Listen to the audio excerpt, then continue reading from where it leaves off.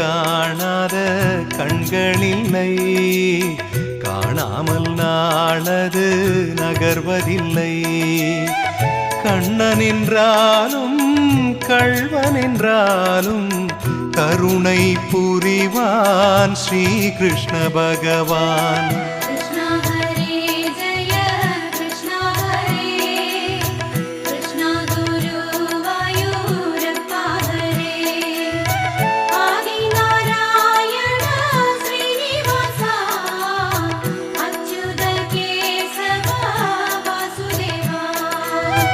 அழகிய கண்ணனின் அடிதனை எண்ணுவர், அவனது தொல்லைகள் அனைத்தையும் தாங்குவர்.